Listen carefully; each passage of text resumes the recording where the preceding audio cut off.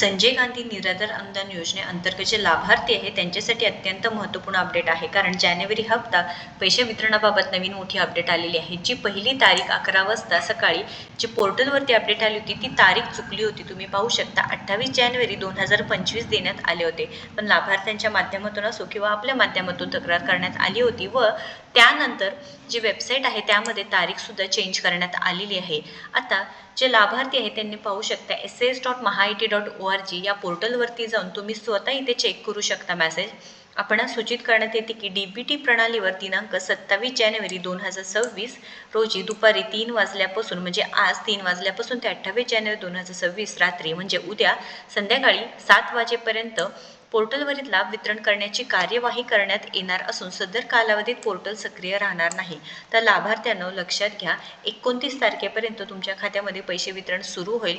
बघा 28 तारखेला रात्री 7 वाजता किंवा त्यानंतर 29 तारखेपासून लाभार्थ्यांच्या खात्यामध्ये हे पैसे जमा होण्यास सुरुवात होणार आहे। आता तुमच्या खात्यात पैसे जमा झाले का नाही तुम्ही इथे लाभार्थी स्थितीवरून चेक करू शकता।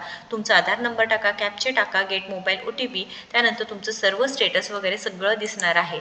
तर अतिशय महत्त्वपूर्ण अपडेट असणार आहे। 29 पासून लाभार्थ्यांच्या खात्यात हे पैसे जमा होणार आहे।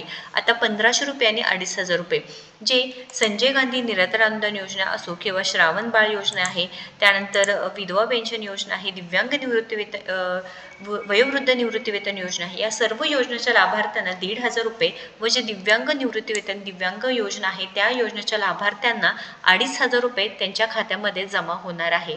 अत्यंत महत्त्वपूर्ण आनंदाची अपडेट आहे, त्यामुळे जास्तीत जास्त लाभार्थ्यांना शेअर करा व अशाच महत्त्वपूर्ण अपडेट्ससाठी आपल्याला फॉलो सबस्क्राईब करा। धन्यवाद।